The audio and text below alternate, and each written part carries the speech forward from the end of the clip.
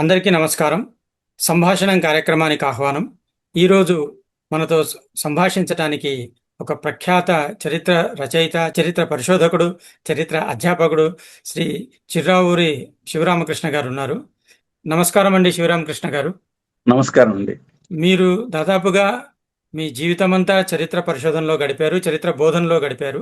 And భారతదేశ చరిత్రలోని అవకతవకల్ని వీలైనంత మటుకు ఇది సరి అని చెప్తూ, చరిత్ర మరచిన దుర్గతి మనకు పట్టిందని నిరూపిస్తూ, ఆ దుర్గతి పోవాలంటే ఏం చేయాలో చెప్తూ పుస్తకాలు రాశారు.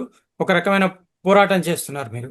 అండ్ ఇటీవల కాలంలో మన భారత ప్రభుత్వము పశుపతినాథ సీలు దొరికిందని చెప్పి, ఇది ఒక అవిచ్ఛిన్న భారతీయ సాంస్కృతిక పరంపరకు నిదర్శనం అనగానే విదేశాల్లో దీన్ని ఖండిస్తూ పలు రకాల వ్యాఖ్యలు మొదలయ్యాయి. దానికి మన భారతదేశ చరిత్రకారులు కొందరు సమర్థనగా ముందుకు వస్తున్నారు. ఈ విషయంలో గతంలో కూడా మీరు పోరాటం చేశారు, నిజానిజాలు విప్పి చెప్పారు. ఆ నేపథ్యం చెప్తూ ఇప్పటి ఈ వివాదంలో అసలు ఎందుకు ఇలాంటి వివాదాలు, నిజమేంటి వివరిస్తారా? ఇప్పటికీ 25 సంవత్సరాల వెనక మేము ఆంధ్ర విశ్వవిద్యాలయానికి వెళ్ళినప్పుడు అక్కడ మాకు ఎకడమిక్ స్టాఫ్ కాలేజీలో కొన్ని పుస్తకాలు ఇచ్చారు. ఆ ఇచ్చిన వాటిల్లో నువెల్లా థాపర్ గారు రాసిన తరతరాల భారతదేశ చరిత్ర ఉందండి. ఆ తరతరాల భారత చరిత్ర నేను చూశాను. దాంట్లో క్రీస్తుపూర్వం 4వ శతాబ్దంలో హిందూ మతం పుట్టిందని, అప్పటికి కొన్ని వేల సంవత్సరాల వెనక ఉన్న హరప్ప సంస్కృతి, సింధు సంస్కృతి అనేది అది హిందువులది కాదని, వాళ్ళు మత విశేషాలు అవశేషాలు ఏం వదిలి వెళ్ళలేదని రాశారు. నాకు ఆశ్చర్యం కలిగింది. క్రీస్తుపూర్వం 4వ శతాబ్దిలో హిందూ మతం పుడితే ఎలాగని. చిన్న విషయం అండి ఏంటంటే, నేను చిన్నప్పుడు వేదం చదువుకున్నాను.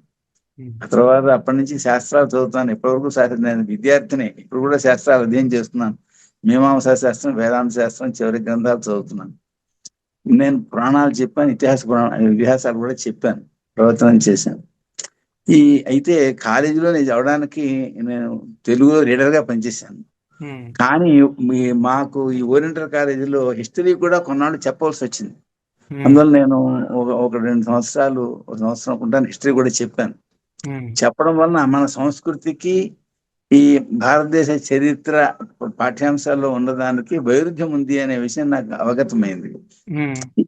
ఎక్కడ తేడా ఉంది అనేది మాత్రం అప్పట్లో తెలియలేదు. ఎక్కడ పొరపాటు వస్తుంది, ఎందుకని వైరుధ్యం ఉంది అనేది.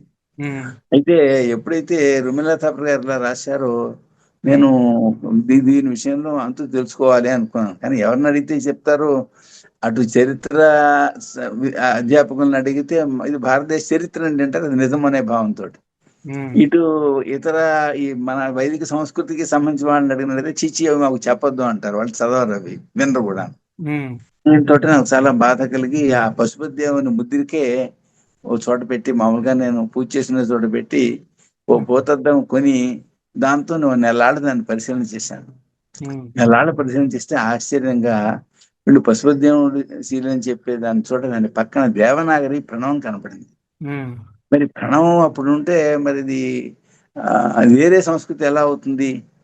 ఎందుకంటే హిందూ సంస్కృతి క్రీస్తుపూర్వం 4వ శతాబ్దిలో బయలుదేరని చెప్తున్నారు. ఆర్యులు క్రీస్తుపూర్వం 15వ శతాబ్దిలో విదేశాల నుంచి ఇక్కడికి వచ్చి క్రీస్తుపూర్వం 1200లో వేదాలు రాసుకున్నారు అని రాశాడు ఆయన, మాక్ముల్లర్ గారు. వీళ్ళు అదే పాఠాలుగా చెప్తున్నారు. కానీ మరి క్రీస్తుపూర్వం 3000 సంవత్సరాల ప్రాంతంలో ఉండేటువంటి ఈ పశుపతి దేవుని ముద్రిక పైన దేవనాగరి పుణ్యం ఎలా ఉంటుంది? ఇక్కడ ఏదో తేడా ఉంది అని చెప్పని అప్పుడు నేను తదేకంగా పరిశీలిస్తే నాకు 88 ఆధారాలు దొరికాయండి దాంట్లో. అప్పుడు హరప్పా సంస్కృతిలో వైదిక సంస్కృతి అని ఒక వ్యాసం రాశాను. శృతి సౌరభం అనే పుస్తకంలో దాన్ని ప్రచురించాలనుకున్నాను. చాలా మందికి పుస్తకాలు ఇచ్చాను. ఇది ఒక ఆర్కియాలజీ డిపార్ట్మెంట్ అయినా నా దగ్గరికి నాకు లేఖ రాశారు. మీరు 88 ఆధారాలు చూపిస్తున్నారు, కానీ అప్పుడు 5000 అవశేషాలు దొరికాయి. ఆ 5000 అవశేషాలని మీరు సమన్వయం చేస్తే మీ మాట నమ్ముతారు అని. అంటే నేను దానికోసమని కలకత్తా వెళ్ళాను. కలకత్తా వెళ్ళి అక్కడి నుంచి కొన్ని ముద్రికల ఫోటోలు తీసుకొచ్చి హరప్పా సంస్కృతిలో నమక రుద్రుడు, మీరు నమ్మకం పేరు మీకు తెలుసు, నమ్మకం చమకం తెలుసు. కృష్ణయజుర్వేదంలో రుద్రుడికి అభిషేకించడానికి ఉపయోగిస్తారు, యజ్ఞంలో హోమం చేయడానికి ఉపయోగిస్తారు ఆ మంత్రాలు. దాంట్లో రుద్రవర్ణన ఏముందో ఆ వర్ణన ఈ పశుపతి దేవుని ముద్రికల్లో కనబడుతోంది అని ప్రత్యేకంగా వ్యాసం. ఆ వర్ణన హరప్పా కొంచెం కొంచెం చెప్తారా? కొన్ని ఉదాహరణలు ఇస్తాను. ఉమ్, అక్కడ ఉగ్రాయ అని ఉంటుందండి. అంటే ఉమ్, దాంట్లో నమస్కారాలు ఉంటాయి. ఉగ్రాయచ, ఉగ్రుడైనటువంటి రుద్రులకు నమస్కారం అని. ఈ ఉమ్, పశుపతిదేవుని యొక్క ముఖం చాలా ఉగ్రంగా ఉంటుంది, భయంకరంగా ఉంటుంది. ఒకటి. ఉమ్, అక్కడ కవచినే అని ఉంటుంది. కవచం కలిగిన రుద్రునికి నమస్కారము. ఉమ్, ఇక్కడ ఒక కవచం ధరించినట్టుగా ఇక్కడ ఉంటుంది. ఉమ్, అలాగా అక్కడ ఏ నామం ఉందో ఆ నామానికి అనుగుణమైన కనపడితే అక్కడ ఆయుధినే అని ఉంటుంది. ఉమ్, ఇక్కడ ఈయన పక్కన ఒక ఆయుధం కనపడుతుంది. అక్కడ నమస్తే అస్తు తన్మనే బాహుభ్యామతి అనమా. అక్కడ ఇషవే అని బాణాన్ని ధరించిన వాడికి నమస్కారం అని ఉంటుంది. ఉమ్, ఈయన పక్కన ఓ పెద్ద పొడవైన బాణం గుర్తుంటుంది. ఉమ్, ఇలాగా అక్కడ ఉన్నటువంటి నామాలు ఇక్కడ ఉండే వర్ణన సమానంగా కనపడతాయి. అందుకే మొత్తం ఓ వ్యాసంలోనే ఇదే వ్యాసం. ఏది హరప్పా సంస్కృతిలో నమ్మక రుద్రుడు ఆ వ్యాసం పేరు. ఉమ్, మొత్తం ఆ నమ్మకంలో ఎన్ని నామాలు చెప్పారో ఆ నామాల్లో ఇక్కడ ఎన్ని లక్షణాలు పట్టాయో వరుసగా చెప్పారనమాట. ఉమ్, అలాగే హరప్పా సంస్కృతిలో శివావతారాలు, హరప్పా సంస్కృతిలో స్వస్తికం, ఉమ్, హరప్పా సంస్కృతిలో హస్తఘ్నం.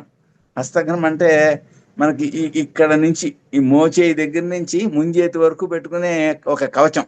ఉమ్, ఈ కవచాలు వేదంలో ఉన్నాయి, హస్తఘ్నాలని. ఉమ్, ఆ హస్తఘ్నాన్ని ఈయన తొడుక్కున్నాడు. ఎవరు? హరప్పా రుద్రుడు అనమాట. ఉమ్, అలాగే హరప్ప మనకు లోకంలో రుద్రుడు ఆ, తలపైన జటాచుటంతో కనపడతాడు. ఉమ్, కానీ ఈ హరప్పా సంస్కృతిలో ఆ రుద్రునికి తలపై జుట్టు లేదు. ఉమ్, ఈ జుట్టు లేని శివస్వరూపం తిరిగి నమ్మకంలోనే ఉంది. వ్యక్త కేశాయచ అని ఉంది. ఉమ్, జుట్టు లేని శివస్వరూపానికి నమస్కారం అని ఉమ్, హరప్పా సంస్కృతిలో అదే రూపం ఉంది. కనుక ఈ విధంగా వ్యాసాలు రాశాను. ఉమ్, రాశాను కానీ క్రీస్తుపూర్వం 4వ శతాబ్దికి క్రీస్తుపూర్వం 3000 సంవత్సరాలకి మధ్యలో ఏం జరిగింది అని చెప్పడానికి నా దగ్గర ఆధారాలు లేవు. ఎందుకంటే మన గ్రంథాలని క్రీస్తుపూర్వం 4వ శతాబ్ది తర్వాత రచించబడినవి అంటున్నారు. వేటి ద్వారా దీని గురించి ఆలోచించాలో తెలియదు. అలా గడిచింది. ఉమ్, ఆ తర్వాత ఒక సుమారు 3 సంవత్సరాల వెనక ఓ విశ్వవిద్యాలయంలో దేవాలయ వాస్తు పాఠం చెప్పవలసి వచ్చింది. ఉమ్, హిందూ దేవాలయాలు 1వ శతాబ్దిలో బయలుదేరాయి. అంతకుముందు జైన మందిరాలు, బౌద్ధ మందిరాలు ఉండేవి అని మామూలుగా అక్కడ పాఠం ఉంది. ఉమ్, కొందరు ఆ ఆలయాల్ని వీళ్ళు హిందువులు శివాలయాలుగా మార్చేశారని రాసిన వాళ్ళు కూడా, చెప్పిన వాళ్ళు కూడా కొందరు ఉన్నారు. ఉమ్, ఏంట్రా బాబు ఇంత ఘోరంగా ఉంది, ఇంక ఈ విషయం మనం చూడకపోతే లాభం లేదని చెప్పి అప్పటి నుంచి నేను ఆ పరిశీలన చేస్తుంటే ఇప్పటికి ప్రాచీన భారతదేశ చరిత్ర ఉంది అని చెప్పడానికి ఒక 500 పైగా ఆధారాలు దొరికాయి. ఆ 462 ఆధారాలతో 3 పుస్తకాలు రాశాను. ఏమండి? ఇక ప్రస్తుత విషయానికి వస్తాను. ఇంతకీ అప్పుడు ఆ పశుపతి దేవుని యొక్క ముద్రికకి సంబంధించిన వర్ణన పూర్తిగా చూస్తే కేవలం శివస్వరూపాన్ని వేదంలో, శివశాస్త్రంలో, శివాష్టోత్తరంలో వర్ణించిన శివస్వరూపాన్ని అక్కడ చూపించారు అనేది స్పష్టంగా తెలుస్తుంది ఆ వ్యాసం ప్రకారం. అండి, ఉదాహరణలతో ఇచ్చారనమాట. ఉమ్, ఇప్పుడు ఈ విషయం ఎందుకు చెప్పానంటే, ఎప్పుడైతే ఈవిడ ఈ అమెరికన్ చరిత్రకారిణి ఇది పశుపతి దేవుని శీలు కాదు, పశుపతి ఇది యూరేషియాకి సంబంధించినటువంటిది అని చెప్పారో ఉమ్, దాంతో నాకు మళ్ళీ కలత కలిగింది. ఎందుకంటే పశుపతి దేవుని ముద్రిక అక్కడ దొరికినటువంటి మొత్తం అన్నిటికంటే కూడా హిందూ సంస్కృతికి సంబంధించినది. ఉమ్, హిందూ సంస్కృతి అప్పటికి ఉంది అని చెప్పేటువంటిది. మిగిలినవి ఎంతో కొంత అర్థం తెలుపుతాయి. ఉమ్, అయితే దీనంత స్పష్టంగా మిగిలినవి ఎక్కువ తెలపవు.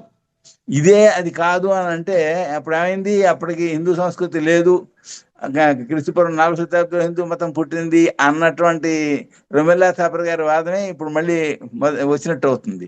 ఉమ్, అందుకోసమని మళ్ళీ నేను జాగ్రత్తగా దానికోసం పరిశీలన చేశాను ఇప్పుడు ఈ 2-3 రోజుల్లో. చూస్తే నాకు తెలిసిందేమంటే వీళ్ళు ఉదాహరించినటువంటి ఏ పశుపతి దేవుని యొక్క ముద్రిక ఉందో అది పశుపతి దేవుడిది కాదు. ఉమ్, అది 3 ముఖాలు కలిగినటువంటి ఒకానొక వ్యక్తిది. ఉమ్, మన సంస్కృతిలో 3 ముఖాలు కలవాళ్ళు ఎవరున్నారు బ్రహ్మ. అంటే శివుని యొక్క పరిచారకుల్లో త్రిశూరుడు అని ఒక ఆయన ఉన్నాడు. ఉమ్, ఆ త్రిశూరుడు జ్వరదేవత. ఉమ్, కానీ ఆయనకు కాళ్ళు కూడా 3 ఉంటాయి. ఉమ్, ఇక్కడ ఈ పశుపతి దేవుడికి ఆ కాళ్ళు 3 లేవు. వీళ్ళు చూపించినటువంటి శీలో ఉండేటువంటి 2 కాళ్ళే ఉన్నాయి. ఉమ్, కనుక త్రిశూరుడు కాదు. మరి ఇంకా 3 ముఖాలు కలవాడు ఎవరున్నారు? దత్తాత్రేయ స్వామి ఉన్నాడు. ఉమ్, దత్తాత్రేయ స్వామి త్రిమూర్తుల యొక్క అవతారము అని మన గ్రంథాల్లో ఉంది. కనుక ఆయనకు 3 ముఖాలు ఉంటాయి. ఆయన ఒక మహాయోగి. ఈయన యోగ ముద్రికలోనే ఉన్నాడు. ఉమ్, అంటే ఈ 2 ఆధారాలని బట్టి చూసినట్లయితే ఈయన భారతదేశానికి సంబంధించిన ఒక మహాయోగి, 3 ముఖాలు కలవాడు కనుక దత్తాత్రేయుడు. ఇంకో అంశం ఏంటంటే త్రిమూర్తుల యొక్క అవతారం కనుక, త్రిమూర్తుల్లో శివుడు కూడా ఒకటి కదా, అందులో శివుడి లక్షణాలు కూడా ఉంటాయి. ఇది జాగ్రత్తగా గమనించదగిన అంశం. ఏంటంటే మామూలుగా మనం దత్తాత్రేయుడు చిత్రాలు చూసాం అనుకోండి, అందులో చక్రం ఉంటుంది, త్రిశూలం ఉంటుంది. అంటే శివుని యొక్క ఆయుధాలు ఉంటాయి, విష్ణు ఆయుధాలు కూడా ఉంటాయి, బ్రహ్మగారి కమండలం ఉంటుంది. అంటే త్రిమూర్తుల అవతారము అని తెలపడానికి కావాల్సిన వర్ణన ఒకటి ఉంటుంది. కనుక ఇప్పుడు ఈ చెప్పినటువంటి వీరు ఇచ్చిన ఈ ముద్రికలో 3 ముఖాలు తప్ప మిగిలిన విషయాల్లో కొన్ని శివుడి లక్షణాలు కూడా ఉండడం అభ్యంతరం ఏం లేదు. కనుక ఇది దత్తాత్రేయుడిది అని చెప్పని నాకు అనిపించింది. ఆయన యోగి, ఈయన యోగి. ఈయనకు 3 ముఖాలు ఉంటాయి, ఆయనకి 3 ముఖాలు ఉంటాయి. ఇంకోటి ఏంటంటే ఈ దత్తాత్రేయుడి వెంట జంతువులు ఉంటాయి. మామూలుగా కుక్కలోని వీళ్ళు చూపిస్తూ ఉంటారు. కుక్కల్ని వెంట పెట్టుకుని ఎందుకు ఉంటాడు అంటే ఆ వేదాలకు ప్రతీకలు అని అంటారు. అంటే ఇతర జంతువులు, పశువులు వెంట ఉంటాయి. ఎందుకుంటాయి పశువులు అన్న మాటకు ఆయన యోగంలో ఉంటారు కదా. యోగంలో ఉండేవాళ్ళు మామూలు జనసంచారం ఉండే చోట ఉండరు, కొంచెం అడవి వంటి ప్రాంతంలో ఉంటారు. ఉన్నప్పుడు అక్కడ జంతువులు ఉంటాయి. కనుక ఈయన దత్తాత్రేయుడు అని చెప్పవచ్చు, ఈ త్రిముఖుణ్ణి అని చెప్పని అనిపించింది. అయితే మరి పశుపతి దేవుని శిశీలు దాని మాట ఏంటి? పశుపతి దేవుని యొక్క ముద్రిక చాలా అద్భుతమైన ముద్రిక అండి. ఎందుకంటే అది మన యొక్క సంస్కృతిని చాలా విస్పష్టంగా చెప్తుంది. మీకు ఆ పశుపతి దేవుడి ముద్రిక ఆవిడ అంటే రొమిల్లా థాపర్ గారు ఏ బొమ్మ ఇచ్చారో ఆ బొమ్మ మీకు చూపిస్తాను. అయితే మొట్టమొదటి ఈ బొమ్మ చూపించినప్పుడు చాలా చిన్నది ఆవిడ ఇచ్చిన ముద్రిక. ఎంత చిన్నదంటే దాంట్లో ఏముందో ఎవరికి తెలియదు. నేను చిన్న ప్రయోగం చేశాను.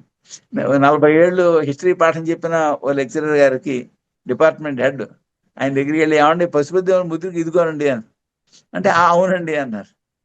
ఆ తర్వాత ఏమండి దీనికి 3 తరాలు లేవండి అన్న. అయ్యో లేవా? అది లేవేంటి అన్న. 2 కొమ్ములు కూడా లేవండి అన్న. అయ్యో అవి కూడా లేవా అన్న. అంటే దానికి కొమ్ములు 3 తలలు ఉన్నాయో లేవో తెలియకుండానే ఆ ముద్దుగా చెప్పడం, ఆ పాఠం చెప్పడం జరిగిపోతుంది, యాంత్రికంగా జరిగిపోతుంది అనమాట. రోమిలా థాపర్ చెప్పింది అది పశుపతినాథుడు అని. రుమిల్లా థాపర్ ఇచ్చినటువంటి ముద్రిక. దాంట్లో 3 తలలు ఉన్నాయి, 2 కొమ్ములు ఉన్నాయి ఆవిడ చెప్పింది. అప్పుడు నేను దాన్ని పెద్ద ఎన్లార్జ్ చేసి పెద్దదిగా దాని పక్కన ఇంకో చిత్రం వేయించి ఓ చిత్రకారుడి చేత ఆ చిత్రము ఈ ముద్రిక 2 పక్క పక్కన పెట్టి చూపించి ఇదిగోనండి దీంట్లో ఉన్నాయంటే అవునండి ఉన్నాయని ఇప్పుడు అంటున్నారు. ప్రారంభంలో నాతోటి హిస్టరీ లెక్చర్లు చాలా తీవ్రంగా దెబ్బలాడారు. కొన్ని గంటలు దెబ్బలాడినట్టే లెక్క. ఏమిటిది పరిశోధన ఏమిటి ఇదంతా అసత్యం అన్నట్టుగా. నేను చివరికి ఆధారాలు చూపించిన తర్వాత అది వామపక్ష భావజాలం అండి అన్నారు. ఏది? నిర్మలా థాపర్ చెప్పింది వామపక్ష భావజాలం. మరి పాఠ్యాల్లో అవి చెప్తున్నారు కదా, మరి అందువలన మరి దాని గురించి చెప్పాల్సిన అవసరం ఉంది కదా అని అన్నాను. సరే అక్కడికి అయిపోయింది అనుకోండి. ఇప్పుడు మీకు పశుపతినాథుడే కదా, ఆయన మారాడు కదా. ఈ ముద్రిక మీకు చూపిస్తున్నాను. ఇది రొమిల్లా థాపర్ ఇచ్చినటువంటి ముద్రిక అనమాట. ఇప్పుడు దీంట్లో నాకు మొట్టమొదటి కనపడింది ప్రణవం కనపడిందండి. ఆ పక్కన ప్రణవం కనపడింది. ప్రణవం కనపడేటప్పటికి అప్పుడే ఆలోచన వచ్చింది. సరే ఇప్పుడు ఏమేమి ఉన్నాయో చెప్తాను. దానిపైన ఆయన శిరస్సు పైన అలాగే మధ్యలో గంగ పైకి ప్రవహిస్తోంది. ఆ గంగా శివుని పైన ఉంటుంది కనుక ఆయన గంగాధరుడు అని అంటాం కదా. వీటన్నిటికీ నేను ఆ వ్యాసంలో ప్రమాణాలు ఇచ్చాను. ఈ హరప్పా సంస్కృతిలో వేద సంస్కృతి అనేటువంటి పాఠం వ్యాసంలో నేను ఆయన తలపై గంగ ఉండడం, ఈ తలపై గంగ ఉండడం మనకు రామాయణంలో వచ్చింది. ఎందుకంటే భగీరథుడు తపస్సు చేస్తాడు కదా, స్వర్గా నుండి గంగకు కిందికి రమ్మని ఆహ్వానిస్తాడు. తపస్సు ఆమె ఏమంటుంది, నేను కిందికి వస్తే భూమి చీలిపోతుంది, నన్ను భరించగలవాడు కావాలి అంటే మళ్ళీ శివుని గురించి తపస్సు చేస్తే అప్పుడు ఆమె శివుని శిరస్సుపై దిగిన తర్వాత అక్కడి నుంచి భూమిపై దిగుతుంది. కనుక అప్పటి నుంచి ఆయన అయితే ఒక గమ్మత్ ఏమంటే ఈవిడ కంచి కింది శివుణ్ణి నెట్టుకుపోదామని తీవ్రమైన వేగంతో వచ్చింది. వస్తే ఆయన జటాజుటంలో బంధించాడు. బంధిస్తే అప్పుడు మళ్ళీ భగీరథుడు ప్రార్థిస్తే ఒక పాయను అక్కడి నుంచి పక్కకి తీస్తే ఆ పాయ ప్రవహించింది. అంటే ఆయన శిరస్సుపై కొంత ఉండిపోయింది, కొంత ప్రవహించింది. అందుకోసం శివుని శిరస్సుపై గంగను వేయడం అనేది మరి చిత్రాల్లో కనబడుతూ ఉంటుంది. ఇప్పుడు ఈ హరప్పా సంస్కృతిలో ఈ 3 పై కనబడుతున్నాయి. ఈ 3 కనబడుతున్నాయి అంటే శివుని రూపం అనేది మనకి స్పష్టంగా తెలుస్తుంది. ఇవి కాకుండా ఇక్కడ మరికొన్ని అంశాలు ఉన్నాయి. ఒకటి ఏంటంటే ప్రణవం ఉంది అని చెప్పాను. తస్యవాచక ప్రణవ అని చెప్పి మనకి పతంజలి సూత్రం, ఈశ్వరునకు పేరు ప్రణవము అని. కనుక శివుణ్ణి ఇక్కడ వేసినప్పుడు మరి శివుని పక్కన ప్రణవం వేయడం సమంజసమే కదా. అవును కనుక చేశారు. ఆ ప్రణవాన్ని కూడా దాంట్లో చూపించారు ఒకటి. ఇంకా అక్కడి నుంచి వరుసగా చూస్తే శాస్త్రం వస్తుంది. మరి శివ సహస్రం, శివాస్తోత్రం వీటిలో చూస్తే ఆయనకు కొన్ని రకాలైనటువంటి ఉన్నాయి. ఇక్కడ మొత్తం దీంట్లో ఏమున్నాయో చెప్తాను. ఉమ్, ఆ చిత్రంలో మేఘం ఒకటి ఉంది, ఉమ్, పక్కన చుక్కలు ఉన్నాయి. సరే జుట్టు లేదని చెప్పా కదా, ఆయన బట్టలు కూడా కనబట్టలేదండి. శివుని బట్టలు కనబట్టలేదు, ఉమ్, కేవలం ఇంతవరకే రూపం కనబడుతోంది. అంటే బొడ్డు వరకే రూపం కనబడుతోంది తప్ప కింద ఉమ్, ఆయన బట్టలు కట్టుకున్నట్టుగా కనబట్టల. అంతేకాకుండా ఓ పక్క కొంచెం ముద్దుగా కొంత చిరిగినట్టుందండి. అక్కడ డమరుకం ఒకటి కనబడుతోంది. ఉమ్, డమరుకానికి పక్కన ఒక గొడ్డలి కనబడుతోంది. ఉమ్, దాని పక్కన సరే స్థానంలో చదువుకుంటూ ఉంటాం ఏమండి. ఆ పక్కన ఒక ఏనుగు బొమ్మ ఉన్నది. ఉమ్, మనకు శివుని యొక్క ఆ, ఈ అష్టోత్తరంలో అక్కడ ఆయనకు ఆ, ఏనుగులకు అధిపతి అనేటువంటి నామం ఉంటుంది ఏమండి. అంతేకాకుండా దాని క్రింద ఓ మనిషి ఉన్నాడు. ఇక్కడ మనుష్య శ్రేష్ఠుడు అని తెలిపే నామం ఉంటుంది. ఉమ్, ఏది శివాష్టోత్తరంలో. శివ అష్టోత్తరం సహస్రం రెండింటి తీస్తున్నాను, బాటిలోకి తీస్తున్నాను అనమాట. ఆ పక్కన ఒకనొక పులి యొక్క శిరస్సు ఉంది. ఉమ్, పూర్వం ఒకప్పుడు శివుడు వ్యాఘ్ర రూపాన్ని ధరించాడు అని చెప్పని మనకు ఒక గాథ ఉంది పురాణాల్లో. ఉమ్, అంటే మొత్తం అక్కడ ఏమున్నాయో అన్ని ఇక్కడ కనపడుతున్నాయి అనమాట. ఆయన అలంకారాలు ధరించాడు. కవచం గురించి చెప్పా కదా, ఇక్కడ శివుడు అలంకారాలు ధరించాడు. నానా అలంకారయుక్తమైన అలంకారాలు ధరించిన వాడు ఆయన రూపంలో ఉంది. ఇక్కడ రూపంలో కూడా అవి కనబడుతున్నాయి. భుజానికి అలంకారాలు కనబడుతున్నాయి, అలాగే ముంజేతి దగ్గర కంకణం కూడా కనపడుతోంది. ఇక్కడ అంగదాలు పెట్టుకుంటారు కదా భుజాల దగ్గర, భుజాల దగ్గర పెట్టుకునే కట్టు వంకీలు అంటాం. ఆ భుజాల దగ్గర పెట్టుకునేవేమో అంగదాలు, ముంజేతుల దగ్గర పెట్టినవి కంకణాలు. ఈ ఉమ్, రెండు అలంకారాలు కూడా కనపడుతున్నాయి ఏమండి. ఆయన ఆ క్రింద ఒక అస్పష్టంగా ఒక పశు రూపం ఉంది. ఉమ్, పరమేశ్వరుడికి వాహనం వృషభం కదా, పశుపతి అంటాం. కనుక మొత్తం శివుని యొక్క వర్ణనం అంతా అక్కడ ఉన్నది, ఇది రుద్రుడే అని చెప్పి స్పష్టంగా తెలుస్తుంది. ఈ మూడు తలలు లేవు, మరి ఆవిడకి మూడు తలలు ఎలా కనపడ్డ? మూడు తలలది వేరే ఉంది. ఆ ఉమ్, మూడు తలల రూపము ఈ రూపం రెండు ఒకటే అని భ్రాంతి పడో మరే కారణం చేతో ఈయన మూడు తలల పశుపతి దేవుడు అని పరిచయం చేయడం జరిగింది. కానీ ఇక్కడ మూడు తలలు లేవు. మూడు తలలు లేవు, ఈ రెండు కొమ్ములు కావు. ఒక పక్క సర్పము, ఉమ్, ఇంకో పక్క చంద్రుడు, మధ్యలో గంగ పైకి చింపుతున్నట్టుగా అండి. రెండు కొమ్ముల రూపం కలిగింది ఇంకో చోట చూశాను నేను. ఉమ్, ఆ రెండు కొమ్ముల రూపానికి సంబంధించిన వర్ణన వేరేగా ఉంది. అదేంటంటే ఈ మనకు శివపురాణంలో ఏమని చెప్పారంటే పరమేశ్వరుని నుండి ప్రణవం వచ్చింది అని చెప్పారు. ఉమ్, పరమేశ్వరుని నుండి మొదట ప్రణవం వచ్చింది అని. పరమేశ్వరుని ప్రణవం వచ్చింది అని దాని చిత్రం ఎలా వేయగలం? ఆయన నెత్తిపై ప్రణవం బొమ్మ వేసాం అనుకోండి, శివుడు నెత్తిపైన బొమ్మ ప్రణవం ఉంది అని వస్తుంది అర్థం. ఉమ్, ఆయన లో నుంచి వచ్చింది అని ఎలా అర్థం వస్తుంది? చిత్రకారుడు గమ్మత్ చేశాడు. ప్రణవం సగం మాత్రం తలపై వేశాడు, ఉమ్, సగం వేస్తే ఆయనలో నుంచి ప్రణవం వస్తోంది అనే స్ఫూర్తి కలుగుతున్నాడు. ఉమ్, ఇలా అడ్డంగా ప్రణవం ఉంది, ఇక తోక రాలేదు, పక్క చుక్క రాలేదు, మధ్యభాగం మాత్రం వచ్చింది. అంటే అర్ధ ప్రణవము. దీని అర్థం పరమేశ్వరు నుండి ప్రణవం వచ్చింది అని చెప్పడం కోసం గుర్తు అని చెప్పి నేను భావించాను. మీరు మీ ఫైండింగ్స్ అని అంటే రోమిలా థాపర్ చేసిన తప్పులు అన్ని ఒక కరపత్రం లాగా రాసి అందరికి పంచారనుకుంటాను. తర్వాత ఈ బొమ్మ తీసేశారు కదా. చేశాను, మీరు చెప్పింది చేస్తాను. నేను అది చెప్పండి, చేశానంటే ఆ విషయం చెప్పండి. శ్రీవాణి పత్రిక ఉంది. ఉమ్, ఆ పత్రిక అధిపతి ఆయన కొమరగిరి కృష్ణమోహన్ రావు గారు ఉన్నారు. ఉమ్, ఏమండి, సమాజానికి అందరికీ తెలియవలసిన విషయం అండి, మీ ఉమ్, పత్రికలో ఈ వ్యాసం రాసి మీరు ఆ కాపీలు కొన్ని నాకు విడిగా ఇచ్చినట్లయితేనే జనాన్ని పంచుతానండి అన్న. ఉమ్, అప్పుడు ఆయన మంచి మనస్సుతోటి వాళ్ళ పత్రికలో వ్యాసం వేయడమే కాకుండా కొన్ని కాపీలు నాకు ఇచ్చారు. నేను ఎన్నో తీసుకున్నాను అనమాట, డబ్బిచ్చే తీసుకున్నాను. ఉమ్, అవి చాలా మందికి పంచాను ఉమ్. ఏం తెలియడం కోసం. ఇదొకటి చేసిన ప్రయత్నం. ఇంగ్లీష్ లో కూడా ఇది అనువదింపజేశారు కదా. ఆ ఆ తర్వాత ఏం జరిగిందంటే మా తమ్ముడితో చెప్పాను, రే చాలా అందరికీ తెలియాల్సి. అది కాదు, మీనా అక్కడ కోట సుందరరామ శర్మ గారిని ఒక ఆయన ఉన్నారు. ఉమ్, ఆయన అమెరికాలో పనిచేశారు, చాలా మేధావి. నేను ఆ పుస్తకం ఆయనకి ఇచ్చాను. ఇస్తే ఆయన అన్నారు, ఇది ఇంగ్లీష్ లో తర్జుమా చేయాల్సిన అవసరం అండి, సమాజానికి తెలియాలి అన్నారు. ఎందుకంటే దాంట్లో ఒక ముఖ్యమైన వ్యాసం ఉంది, గంగ మనది కాదా అని. ఉమ్, ఏటా కదా, అది కూడా ఆంధ్ర విశ్వవిద్యాలయంలోనే జరిగింది. మాకు ఓ ప్రొఫెసర్ గారు వచ్చి, గంగా అనే పదం సంస్కృత పదం కాదు, ఇది ఉమ్, ఆస్ట్రిక్ భాషా పదము అని చెప్పారు.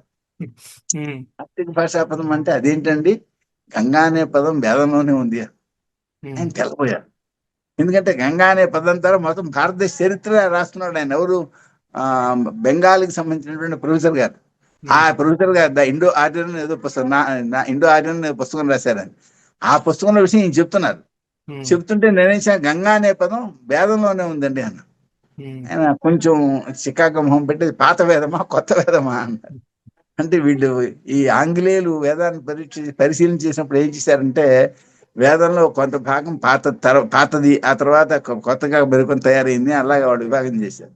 ఉమ్, ఇంతకీ పాత వేదంలోనే ఉంది. అంటే 6వ మండలంలో ఉంది. ఉమ్, ఏ పదం ఉంది? గాంగియా అనే పదం ఉంది. చాలా ఉమ్, ముఖ్యమైన అంశం. గంగా అనే పదం పైన పుట్టిన పదం గాంగియా. గంగ యొక్క కుమారుడు, గంగకు సంబంధించింది గాంగ్యం అవుతుంది. ఉమ్, అంటే అంతకు ముందే గంగా పదం ఉంది అని అర్థం వస్తుంది. ఉమ్, కనుక అక్కడ ఉంది అండి అని చెప్తాను. చెప్తే అప్పుడు దానిపై వ్యాసం రాయాల్సి వచ్చింది. ఎందుకు రాయాల్సి వచ్చిందంటే, ఆయన ఒక కల్పన చేశాడు. సునీత్ కుమార్ చటర్జీ అని చెప్పని బెంగాల్ సంబంధించిన ప్రొఫెసర్. ఆ పుస్తకంలో చేసిన ప్రతిపాదన ఏంటంటే, గంగా అనే పదం సంస్కృత పదం కాదు, అది ఆస్ట్రిక్ భాషా పదం. పూర్వం ఈ భారతదేశంలో ఎవరో అనాగరికులు ఉండేవాళ్ళు, ఉమ్, వాళ్ళను ఆస్ట్రిక్కులు జయించారు. ఆ ఆస్ట్రిక్ ప్రజలను ఆ తర్వాత ద్రావిడులు జయించారు. అంటే ఇక్కడ ఆస్ట్రికులకి ఈ దేశం కాదు, ద్రావిడులది ఈ దేశం కాదు, ఆర్యులది ఈ దేశం కాదు. కానీ ఎవరిదో మూలవాసులు ఎవరో ఉండేవాళ్ళు. ఆ ఉమ్, ఉండేవాళ్లను ఆస్ట్రికులు జయించారు. ఆస్ట్రికుల్ని జయించినప్పుడు ఆస్ట్రికుల్ని ఆ తర్వాత వచ్చిన ఆ ద్రావిడులు జయించారు. ద్రావిడులను ఆర్యులు జయించారు. ఆర్యులను ముస్లింలు జయించారు. ఉమ్, ముస్లింలను ఇంగ్లీష్ వాళ్ళు జయించారు. ఇది ఈ దేశం యొక్క చరిత్ర. కనుక ఈ దేశ చరిత్రలో ఈ ఆస్ట్రికుల పదమైనటువంటి గంగా అనే పదము సంస్కృతం వాళ్ళు తీసుకున్నారు. ఈ ఆస్ట్రిక్కులు ఓడిపోయిన తర్వాత ఈ దేశం నుంచి వెళ్ళిపోయారు. వాళ్ళు వాళ్ళు వెళ్ళిపోయి చైనా ప్రాంతాలకు వెళ్ళారు. ఆ చైనాలో ఈ గంగా అనే పదం యొక్క వికృతి పదం అక్కడ ఉంది అని ఉమ్, చెప్పి ఆయన ఈ గంగా అనే పదం ద్వారా దేశ చరిత్రను చెప్పడానికి ప్రయత్నం చేశారు. అప్పుడు నేను గంగ మనది కాదా అని వ్యాసం రాశాను. ఉమ్, ఆయన చెప్పింది పూర్తిగా తప్పు, కరెక్ట్ కాదు. ఎందుకంటే గంగా అనేది ఈ దేశంతో సంస్కృతితో ముడిపడిపోయింది. భారతంలో ఈ భారత వంశంలో మూల పురుషుడుగా ఉండేటువంటి భీష్ముడు గాంగేయుడు, గంగ ఉమ్, యొక్క కుమారుడు. అంతకంటే ముందర పరమేశ్వరుని యొక్క కుమారుడు ఏంటండి, కుమారస్వామి కూడా గాంగేయుడు అనే పేరు. ఎందుకంటే గంగా తీరంలోనే ఆయన ఉద్భవం జరిగింది. ఉమ్, ఇలా భారతంతో సంబంధం ఉంది. రామాయణంలో గంగ యొక్క ఆవిర్భావం ఉంది, గంగావతరణం. రామచంద్రమూర్తి వంశంలో మూల పురుషుడు ఏంటంటే భగీరథుడు ఆ గంగని తీసుకురావడం, ఆ గంగ ద్వారా వాళ్ళ పూర్వపురుషులను ఉద్ధరింప చేయడం ఉంది. ఉమ్, మొత్తం సంస్కృతం అంతతో ముడిపడిపోయింది. ఇంత ముడిపడిపోయి ఉండేటువంటి ఇది ఎక్కడో కేవలం అసలు ఆ సంబంధం ఆస్ట్రికుల పదం భాషలో ఇప్పుడు ఉందో లేదో తెలియదు. ఇంగ్లీష్లో ఈ రూపంలో లేదు, ఇంగ్లీష్లో కాదు, చైనాలో ఈ రూపంలో లేదు, మరో రూపంతో ఉంది. ఉమ్, అటువంటి ఆ భాష, ఆ పదం దీనికి మూలమవడం ఎలా కుదురుతుంది అంటే, ఆయన ఉద్దేశం అంటే గంగా అంటే మహానది అని అర్థం చెప్తున్నారు ఆయన. ఉమ్, గంగా అంటే మహానది కాదు, మహానదులు ఉన్నాయి. ఇది గంగా అనేది ఆయన దీనికి ఇంకో కారణం చెప్పారు, సంస్కృత భాషా పదం కాదన్నాను. ఏంటంటే సంస్కృతంలో ఒక ధాతువే కనుక ఆవృత్తి పొందినట్లయితే అప్పుడు ఏమవుతుందంటే ముందు వర్ణం మారుతుంది. గమ్ గమ్ గంగా అయింది అని ఆయన అభిప్రాయం. ఉమ్, అలా మారినప్పుడు ఏమవుతుందంటే ముందు వర్ణం జకారంగా మారుతుంది, జగం అవుతుంది.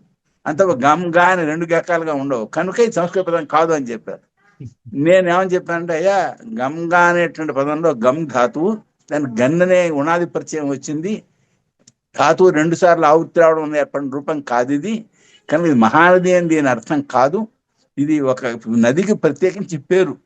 ఇక్కడ ఆవృత్తి కూడా జరగలేదు. కనుక వ్యాకరణ పరంగా కానీ చారిత్రక పరంగా కానీ ఈ సంస్కృతితో ముడిపడిపోయినటువంటి పదం కనుక దీన్ని కాదన్నాను వీల్లేదు అని చెప్పి మొత్తం సునీత్ కుమార్ చటర్జీ గారు ఏ ఏ ఆ హేతువులు చెప్పారో ఆ హేతువులన్నింటినీ ఖండిస్తూ నేను ఈ గంగ మనది కాదా అనే వ్యాసం రాశాను.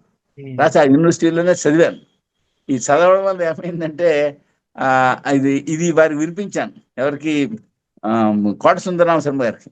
ఉమ్, ఆ సునీత్ కుమార్ చటర్జీ గారు మా ప్రొఫెసర్ గారు, ఆయన వాదాన్ని మీరు కాదంటున్నారు, మీరు ఏం చేస్తారంటే దీన్ని ఇంగ్లీష్లో తర్జుమా చేయండి అని 2000 రూపాయలు ఇచ్చారు. ఉమ్, ఇస్తే అప్పుడు దాన్ని ఇంగ్లీష్లో తర్జుమా చేయించాను. తర్జుమా చేయించి పుస్తకాలు పంచిపెట్టాను. పంచిపెట్టాక అయిపోయినాయి. అయిపోతే మళ్ళీ ఇంకోసారి మళ్ళీ ముద్రణ చేయించి మళ్ళీ ఇంకోసారి పంచిపెట్టడం జరిగింది. ఇప్పుడు నా దగ్గర ఎక్కువ పుస్తకాలు రెండో మూడో ఉండుంటాయి. దాని కథ అది. ఏమండి? సరే, ఇప్పుడు ఇంతకీ పరమేశ్వరుని యొక్క రూపాన్ని వర్ణించేటువంటి ఈ ముద్రిక, పశుపతి దేవుని ముద్రిక, దాంట్లో పరమేశ్వరుడికి సంబంధించిన విషయాలు సమగ్రంగా ఉన్నాయి కనుక ఇది ఈ సంస్కృతికి సంబంధించిందే, అందులో సందేహం లేదు.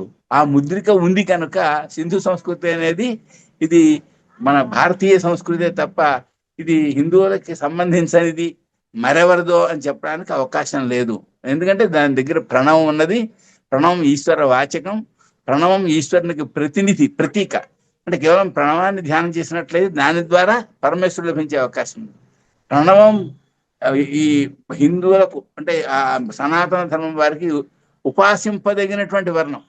ఉపాసింపదగిన వర్ణం అంటే అర్థం ఏంటంటే ఆ ప్రణవాన్ని ధ్యానం చేస్తూ ప్రణవం యొక్క అర్థాన్ని స్మరిస్తూ అది తాను పరమాత్మను పొందడానికి సాధన చేయాలి. ప్రత్యేకించి సన్యాసులు ప్రణవమే జపం చేయాలి. రోజుకి 12,000 సార్లు ప్రణవం జపం చేయాలట, ప్రణవ ధ్యానం చేయాలి. ఆ ప్రణవం యొక్క అర్థాన్ని భావన చేస్తే అద్భుతంగా ఈ జీవుడు పరమాత్మతో ఏకం కావడానికి, తాను ఆత్మ చైతన్య స్వరూపుణ్ణి అనేటువంటి అనుభూతి పొందడానికి కావాల్సిన మార్గం ఉంది.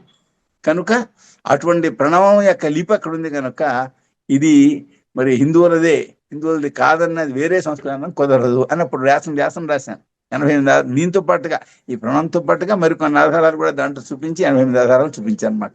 అదండి ఆ కథ. ఇప్పుడు ఎందుకు ఈ మాట ఎందుకు చెప్పాను?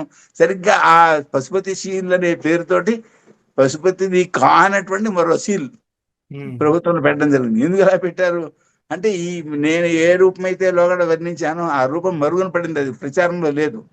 మిగిలిన రూపాలకే రంగులేసి ఇంటర్నెట్ లో పెట్టారు. బంగారపు రంగు వేసి మిగిలిన ఇంటర్నెట్ లో పెట్టారు. ఆ రంగుతో కూడిన రూపాలు చూస్తే ఏమీ అర్థం కావట్లేదు, అయోమయంగా ఉంది అక్కడ. ఆ రంగు లేని ఈ రూపం చూస్తే మొత్తం కనబడుతుంది, ప్రణవంతో సిద్ధంగా అన్ని ఇక్కడ కనబడుతున్నాయి, అక్కడ ఏం కనబడటం లేదు. సరే, మొత్తానికి ఇప్పుడు నేను ఆ విషయాన్ని ప్రతిపాదిస్తున్నాను అనమాట, అందరికీ చెప్తున్నాను. అయ్యా, ఈ ప్రభుత్వం చూపించినటువంటి శీల్ అనేది అది త్రిముఖుని యొక్క శీల్. ఈ త్రిముఖుని యొక్క ముద్రిక మనకు ఏం చెప్తోంది? మనకి త్రిముఖుడు అనే పేరు బుద్ధ భగవానుడికి ఉంది, కానీ అప్పుడు బుద్ధుడు పుట్టలేదు. బుద్ధుడి కంటే పూర్వం ఈ గాథ. మరి ఇంకా 3 ముఖాలు ఎవరికి ఉన్నాయి? అంటే బుద్ధుడికి 3 ముఖాలు లేవు. ఏ కారణం చేతనో ఆయనకి త్రిముఖుడు అనే పేరు వచ్చింది. నిఘంటువులో త్రిముఖుడు అంటే బుద్ధ అని రాస్తారు, కానీ అప్పుడు బుద్ధుడు పుట్టలేదు, బుద్ధుడిది కాదు ఇది. మరి ఈ 3 ముఖాలు గల వాళ్ళు ఎవరు అంటే జరదేవత అన్నందుకు లేదు. ఎందుకంటే జరదేవతకు 3 ముఖాలు ఉన్నాయి, 3 పాదాలు ఉంటాయి. ఇక్కడ 3 పాదాలు లేవు కనుక అది కాదు. ఇంకెవరంటే కేవలం దత్తాత్రేయుడే. కనుక త్రిముఖుడిని పక్కకి పెట్టినట్టయితే పశుపతి దేవుని యొక్క శీల్ ఏది అంటే ఇదిగో పశుపతి దేవుని శీల్, దీంట్లో ఇన్ని ఉన్నాయి అని చెప్పి చెప్పడం జరిగిందండి. సో బాగుందండి. మనము అనేక జరపబోయే అనేక చర్చల పరంపరలో ఇది నాంది ప్రస్తావన లాంటిది మాత్రమే. ఇంకా భవిష్యత్తులో మనం చరిత్రకు సంబంధించి మీ పరిశోధనలు, రచనలు, చరిత్రలో సృష్టించిన అవకతవకలు, విదేశీయులు చరిత్రతో చేసిన అకాండ తాండవ స్వరూపాన్ని మనం చర్చించుకుని అసలు చరిత్రని ఆధారాలతో నిరూపించే ప్రయత్నం చేద్దాం ఈ కార్యక్రమాల్లో. సో ఇవాళ మీరు మీకు కొంచెం అంతగా ఆరోగ్యం బాగాలేకున్నా సరే ఈ కార్యక్రమంలో పాల్గొని పశుపతినాథ శీల్ గురించి చర్చించినందుకు బహు కృతజ్ఞతలు, ధన్యవాదాలండి. నమస్కారం అండి. ఇది ఈనాటి సంభాషణ కార్యక్రమం. మళ్ళీ మరిన్ని ప్రముఖులతోటి మరిన్ని సంభాషణలతో మీ ముందుకు వస్తాను. కస్తూరి మురళీకృష్ణ.